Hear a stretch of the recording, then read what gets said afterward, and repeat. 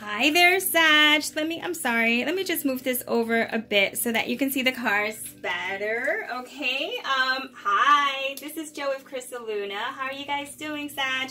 I'm going to do your reading. It's going to be the mid-month reading for the month, right? So it's going to be quick. It's going to be a quickie, and if you want a longer reading, just give it a thumbs up, and I'll just create a longer reading for this week, or I'll just if not, I'll just make it just a short, just to get the point across. Okay, so what I really want to tell you before I start everything else is welcome if this is the first time you're on the channel, and welcome back if you have listened to my readings before, so and they resonated, so like thank you for your support, and I'm glad that they did resonate. So what I did, because I usually like to do a little something towards the end, I have some mineral cards. They could be like minerals or crystals. They're just kind of like a combination of stones and things of that sort. You pulled out the rose quartz, and that was like the mineral that was the quartz that was selected for you. So let's just go ahead and take a look. Okay, I'm going to pull out 3 cards. This is going to tell us what the, I guess the most prominent energy is going to be for you in the next 2 weeks. All right, please let us know what Sagittarius needs to know in the next 2 weeks. That's going to be card number 1, and we're pulling 3 cards. Okay, card number 2, and the very last one. This is card number 3. So we have 3 cards already. Let's take a look. I primarily work with love, but we'll see what else comes out. If something else seems like to be work related, then I'll go ahead and I will tell you that, okay?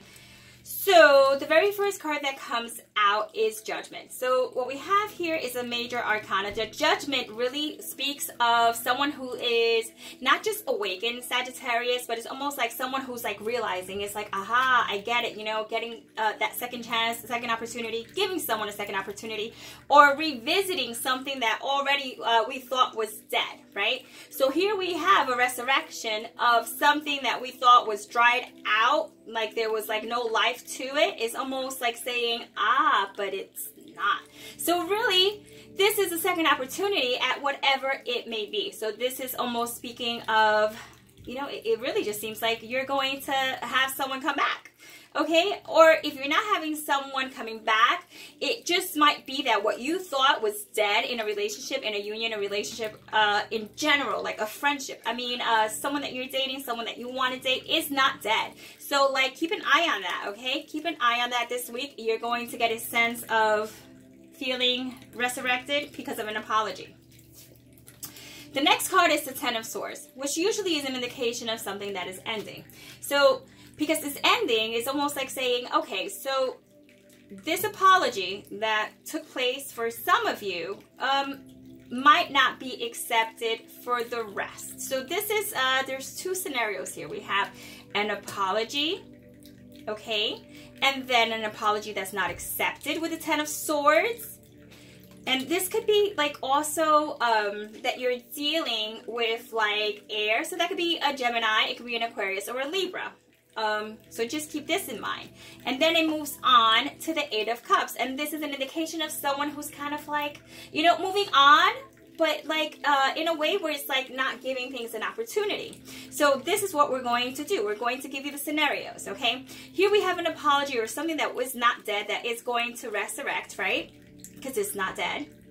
It's coming back to life. We see it kind of like an opportunity.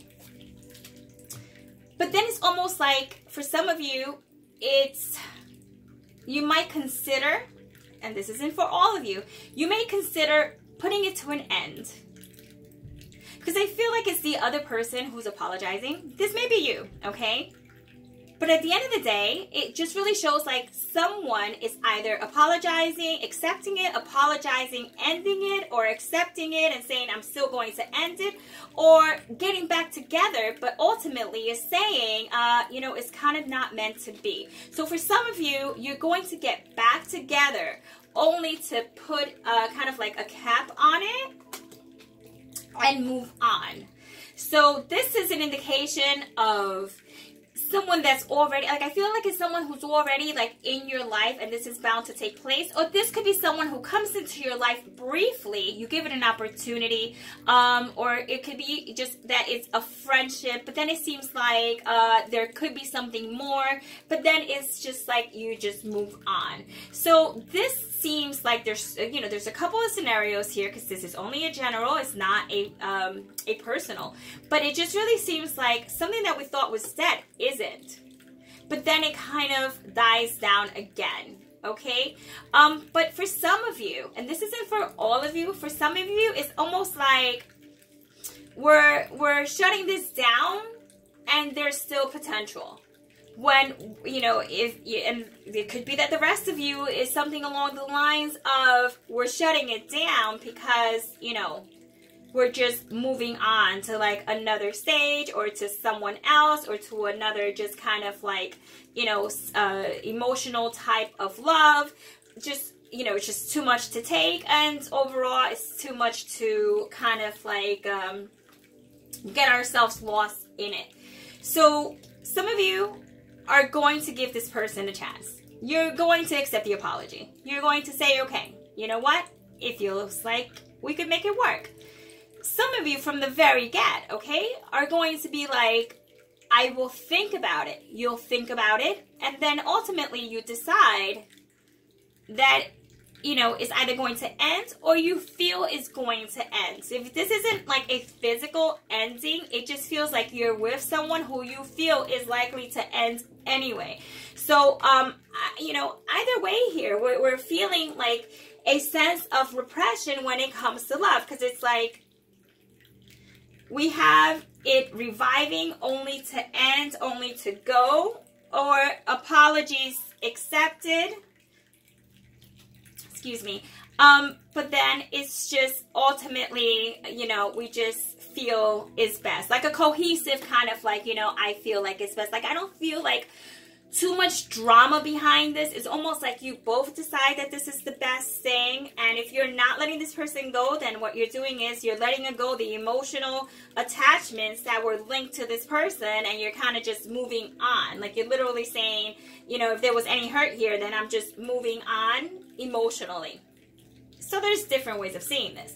Now we have what you pulled out, or I pulled out with your energy, right? Which is the rose quartz. So this talks about, it'll ask a couple of questions, a series of questions. So what is it? Wow, those flames really went up high there for a minute. So what is it, who needs it, where to put it, and when to use it. So, for example, rose quartz is love, right? So it is in a rock form. So the way they see it is a rock of love, right? So it's a formation, a rock, and it's love. It's pure love. I own tons of rose quartz and I love them. So it says you're in need of it, okay? So you may feel lack of love, or just, you know, it's just emotionally, it'll help you out. So who needs it? It says that this is well, as they put it, for the overly self-critical, okay? In terms of like those who are in the healing arts, or just overall, you know, very sentiment spiritual beings who want to love deeply, but really just don't have that grasp on it just yet, okay? Where to put it. Let's say you're going to like do manifestation with it, or you're going to meditate with it. It says you want to put it in spaces that are safe and sacred. So, you know, almost like holding it with both hands close to your heart, and, you know, just feeling the, you know, utmost loving kindness just emanate from the rose quartz. And finally, when to use it. It says, when you feel like you always have to be the one to have it all figured out, to work the hardest, to hold it all together for everyone else. It says rose quartz gives us a pink cashmere covered platform to be soft, sweet, and open to spirit, and to love overall. So it says take care of your heart. Really, I feel like someone may have messed with your heart, is messing with your heart, and I feel like it might be flip-flopping, but like, you know, it's almost like eventually it's going to get to this point, okay?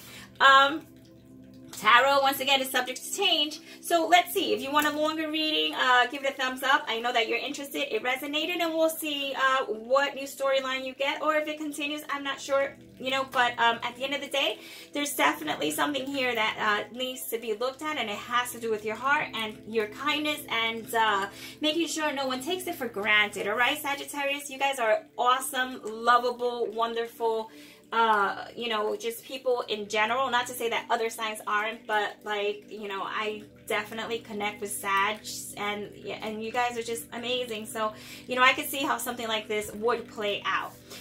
So Sag, the best of luck. I'll see you in a couple of days. I'll do another reading, and you know, lots of love to you. Okay, be well, take care, and ciao.